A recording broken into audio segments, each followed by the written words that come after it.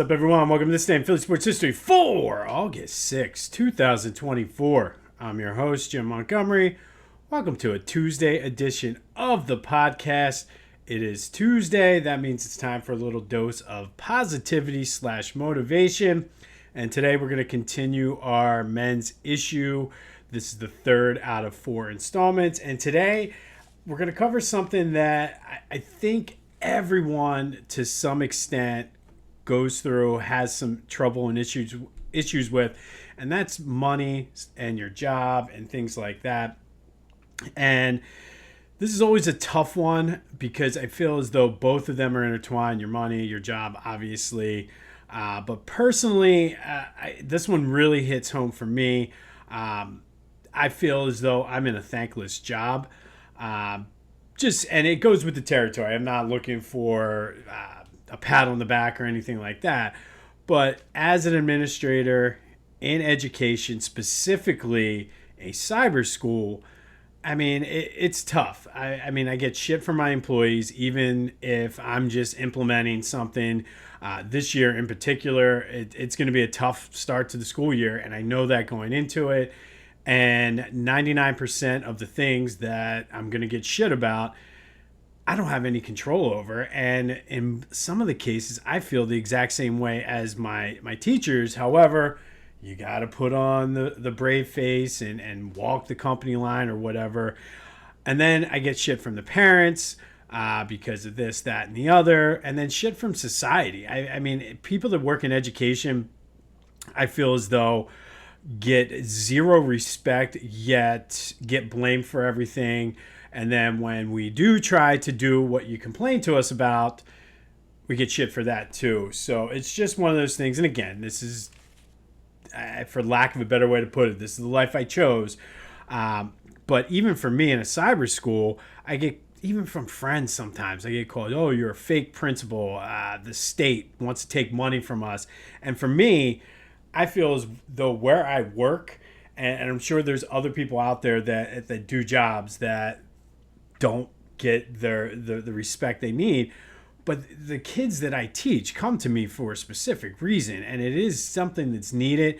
And I'll be the first to admit, everybody says, would you send your kids to your school? And I would not because I don't think my school is good enough for my kids. My kids would not be able to handle the more of the independence and not being social. But we have kids that come to us that cannot handle that. They were bullied for whatever reason. They have some social and emotional things going on, and it's the perfect fit for them.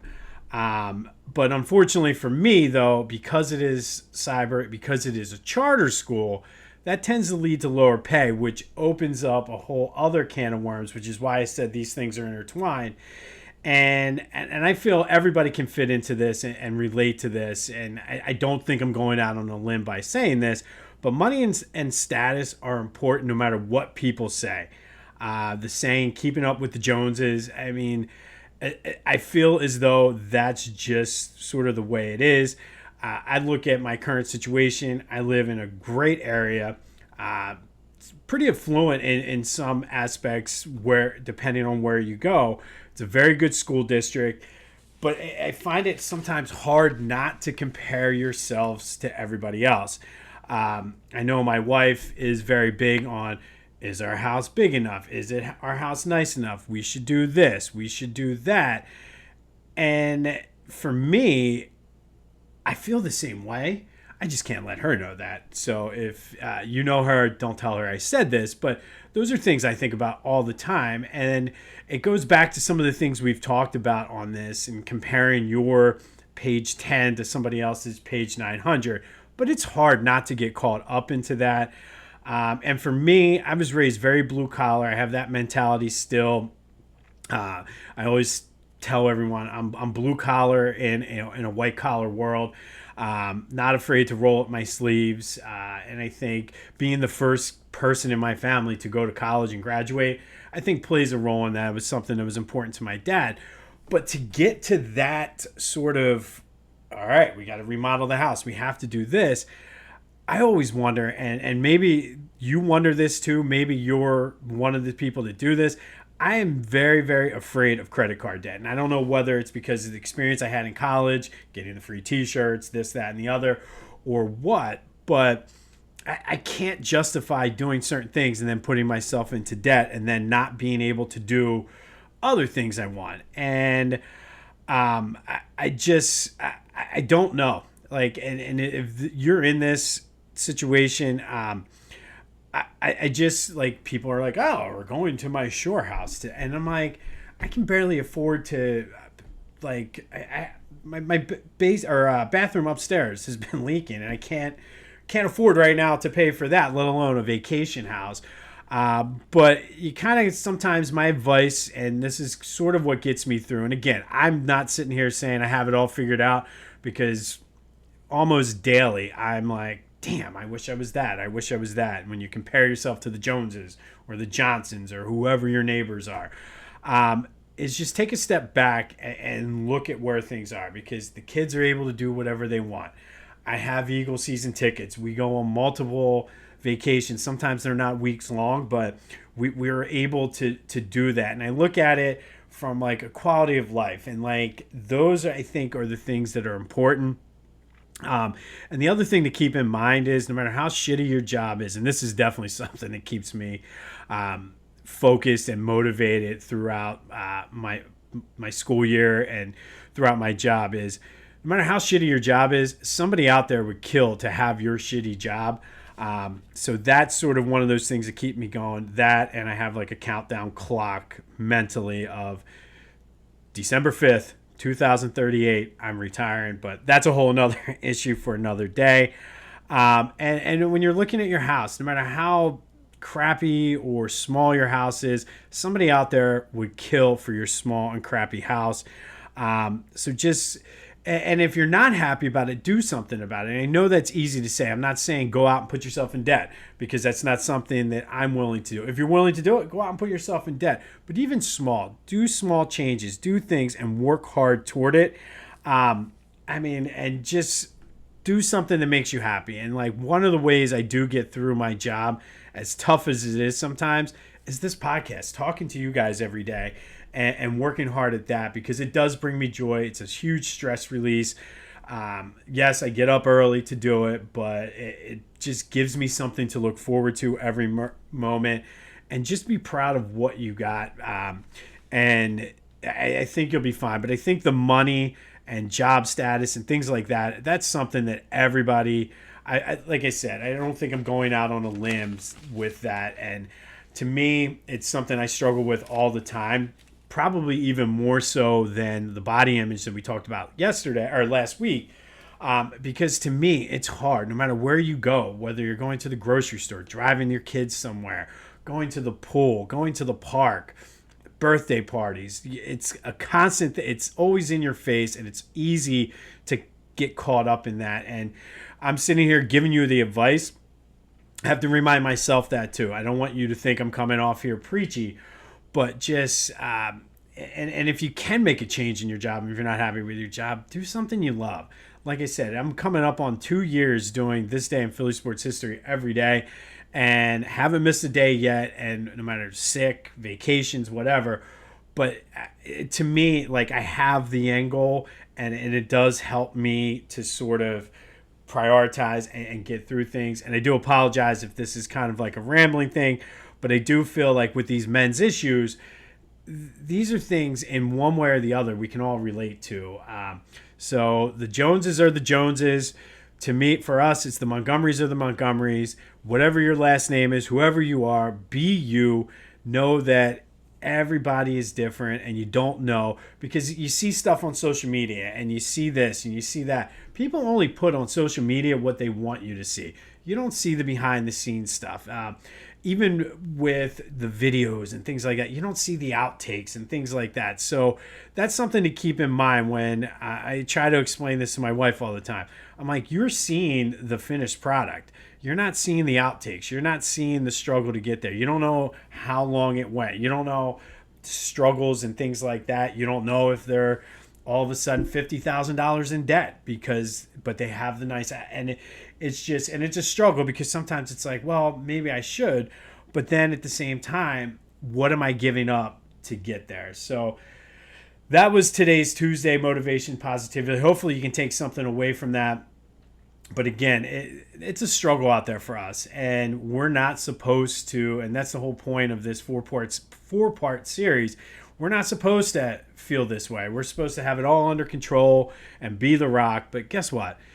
We're not, and it's okay because, like I said, this is something I struggle with every single day. I'm going into the office today for work, and it pisses me off that people make just as much money as me that live in the middle and like the more remote rural parts of the state and live like kings and queens. But because of where I live, I'm like lower middle class, technically. You go out there, they're like the king of whatever county or whatever. So know that it's going to be a struggle for me. I didn't plan this the way it is, but it's going to be a struggle for me today. But hopefully you can take something out. And if you do need to talk, hit me up. Social media, reach out to me separately. Go talk to a therapist. I stand by that 100%. Has done wonders for me. But just know that you are not alone. And that has been today's Tuesday Motivation / Positivity, our third in a 4-part series on men's issues. Next week, relationship and marriage issues. And that's going to be a fun one. Love you, Abby. But if you do need to talk to someone, don't hesitate to reach out. All right, let's start with a recap of yesterday's question of the day. I asked you, which of our 4 major teams have the best fan experience? And it was pretty much split between the Flyers and the Eagles. Flyers came in with 45%, Eagles with 36%. Flyers games are fun, and they are. I forgot how it's been so long since the Flyers have been good, but the Flyers experience when they're good is a good one. And a lot of people wrote in that just taking in a game at Citizens Bank Park sometimes is an awesome experience too. But the Flyers were your vote for most excellent, I guess you could say, as Bill and Ted would say, most excellent fan experience. Thank you, as always, for participating in the question of the day. And before we get into the Phillies, I'll give you today's question of the day because I'm not sure if anybody was able to watch this game. At 10:10 start time, I get up at 4 o'clock. I'm back on my school routine now, trying to get my body back adjusted to waking up. So I was at the gym at 4:15. Did you stay up to watch the game, and do you stay up to watch West Coast weeknight baseball? 267-495-8531. That's the Back to the Future voice and text line. You can also hit me up on social media, Jimbo_Mott on Twitter and TikTok, at Philly Jimbo on Instagram, Facebook, LinkedIn. Comment right wherever you're watching this. Be sure to subscribe to the YouTube channel, like the video, like the podcast, leave a review, all that good stuff, because we do have some momentum going here, and I want to keep this going into football season. Spread the word, tell your friends. It's a good listen on vacation when you're driving to the shore, all of that good stuff. But the question of the day, do you stay up to watch West Coast baseball, or more importantly, can you stay up? But do you stay up to watch it? During the week, no chance. Even 8 o'clock games in the Central Time Zone are tough for me. But let me know, 267-495-8531. Get anything else Philly sports related off your chest. Want to still vent about the Phillies? Maybe we were a little premature in saying they were back. 5-3 they lost. Top 5 hitters went 3 for 15. Cannot have that. Just when we thought they were back, they go. And as I like to say all the time, Lucy with the football, she moved it again on us at the last second. Nola wasn't horrible. He had his one bad inning, which I feel as though he's like that good little league pitcher that if you can just get to him that one inning, sometimes it's enough, and that was the case last night. I will say that, again, I didn't watch any of the game. I haven't even seen the highlights, just kind of listened to the radio for a couple minutes on the way to the gym. But it does seem that Topper and Nick Castellanos both kind of said the same thing, that the energy is different. So maybe they're in their way to grinding out of this slump. Either way, they've lost 7 of 8, 5.5 games up now. Cristopher Sanchez tonight, we need a good outing from him. And would love to see a better than 3 for 15 from your top 5 hitters. Well, maybe not hear about it, but I won't be up for it, but let me know. Question of the day. Do you stay up to watch West Coast baseball when the Phillies are out west? They're coming home next week, so it won't be long now. But let me know. 267-495-8531. That's the Back to the Future voice and text line. Be sure to check out my boys at the Clash and Conferences podcast. Kind of working with them for coming up with some ideas to do some cross sort of whatever with them. So they're available wherever you get your podcasts as well as on YouTube. And then check out Philly Goat. It's back to school time. Go do some shopping for your kids. Hopefully, unless we have the same epic collapse that the Eagles had, Philly should be playing in the postseason. The way they're playing right now, though, it won't be long. So maybe you get your shirts now, but get your kids ready for that. Eagles season is coming up. Sixers, Flyers. The Union have been playing better. They got you all covered. Get the stickers for the water bottle, and then use the promo code Jim Montgomery, all one word, for 10% off your order. That's phillygoat.com. Promo code Jim Montgomery for 10% off of your order. Speaking of the Eagles, hopefully the video I saw yesterday will finally put to bed any lasting and lingering concerns about Jalen Hurts and Nick Sirianni.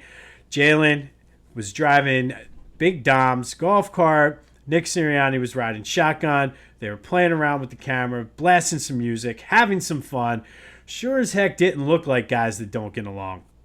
So hopefully that's enough to put that to bed. And then the big announcement yesterday, which I thought was pretty cool. The video was awesome. Jalen Hurts is the flag football ambassador for the 2028 Olympics. Is he going to be the new face of the league? Is he the guy that's going to step up and take over for Patrick Mahomes? That would be great. And especially if he's going to win the MVPs and the Super Bowls that Patrick Mahomes has. But we'll see. I thought that was pretty cool. I don't know if that means NFL players will be playing in the 3-on-3, but he is the face and the ambassador of flag football for the 2028 Olympics. Couple injury notes from yesterday. Nothing official yet, but Cam Jurgens and C.J. Gardner-Johnson both left practice. Nick Sirianni didn't seem too concerned about it, but nothing official has come out yet as they gear up, and still no word whether the starters will play Friday. Something tells me they're going to get some time, whether it's a drive or two, kind of like Andy Reid used to do back in the day. All right, today is a big day in Sixers history. After moving from Syracuse to Philadelphia on May 22nd, the Syracuse Nationals officially received their new name on this day in 1963. The Philadelphia 76ers were born. Owners Irv Kozlov and Ike Richmond wanted to kind of have a clean break and a fresh start in Philly. So they wanted to get rid of the Nationals name, and it had been a couple years because of money reasons that the Warriors moved out to San Francisco. So in order to really kick off the new franchise, they wanted everything to be fresh. So they created a naming contest like a lot of teams do. And basically, what is your nickname? And then 25 words to explain why that is the nickname.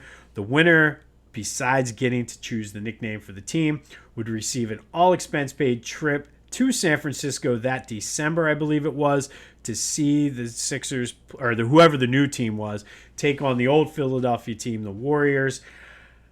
Less than 4,000 people put entrants in, and it just kind of was a testament to why the Warriors had to leave Philadelphia in the first place. But 9 people picked the 76ers. Ironically enough, that was not the most popular name. The Colonials was the most frequent name that was submitted, and the sports writers at the time who were helping Kozlov and Richmond with the naming contest, they were all about the Colonials. We were almost the Philadelphia Colonials. However, there was just something about the 76ers that Kozlov and Richmond liked. So out of the 9 entries, Walter Stahlberg gets credit out of Collingswood, New Jersey, for being the person responsible for the nickname 76ers. And his 25-word essay said, quote, No athletic team has ever paid tribute to the gallant men who forged this country's independence, and certainly Philadelphia, Shrine of Liberty, should do so. People were just different back then, man. Could you imagine somebody writing something like that today? Like for a naming contest? Like, I just picture an Eagles fan with their face painted up green screaming like, yeah! But that is how Walter Stahlberg so eloquently said the 76ers should be the name. Obviously, it could be shortened to Sixers, which was good for the newspapers, for headlines and things like that. And that is the story of how the 76ers got their name on this day in 1963. And the rest, they say, is Philly sports history. See what I did there? All right, finally today, our Philly Olympic spotlight. Allie Wilson from Wallingford, PA, Strathaven High School graduate, Monmouth University, and she is a track and field I would guess you'd call it middle distance. And unfortunately for Allie, she had a disappointing 2024 Olympics. She ran the 800 meters. She finished 6th in her heat, but was able to participate in the repechage. I think that's what it is, repechage. I think obviously it's a French word, but basically what they do is everybody who doesn't qualify gets a second chance to try to go. But she finished 3rd in her heat, and it was kind of an unfortunate / fortunate thing for her. She ran a good time, but the heat she ran in the repechage, whatever, in the redo, ended up being the fastest one, and she ended up being the first runner out of being able to move on. But Allie, you made Delco and Strathaven and the entire Philadelphia area proud. She still had a positive attitude about it. She is known for having a positive attitude. And Allie Wilson from Wallingford and a Strathaven High School graduate is today's Philly Olympic spotlight. Not the outcome she was hoping for, but she remained positive and gave it her all. And that is what the Olympics are all about. On this day in 1963, the 76ers officially got their name thanks to Walter Stahlberg of Collingswood, New Jersey, who was one of 9 people to submit the 76ers. But as he so eloquently said, it should be the 76ers. It should be Philadelphia. And that is how the Sixers got their name. We still are gearing up.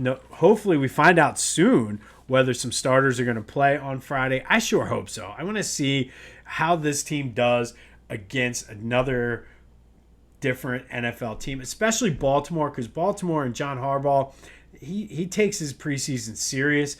So I want to see what they can do against a team that, at least for the first series or two when the starters are playing for Baltimore, hopefully the Phillies can come back.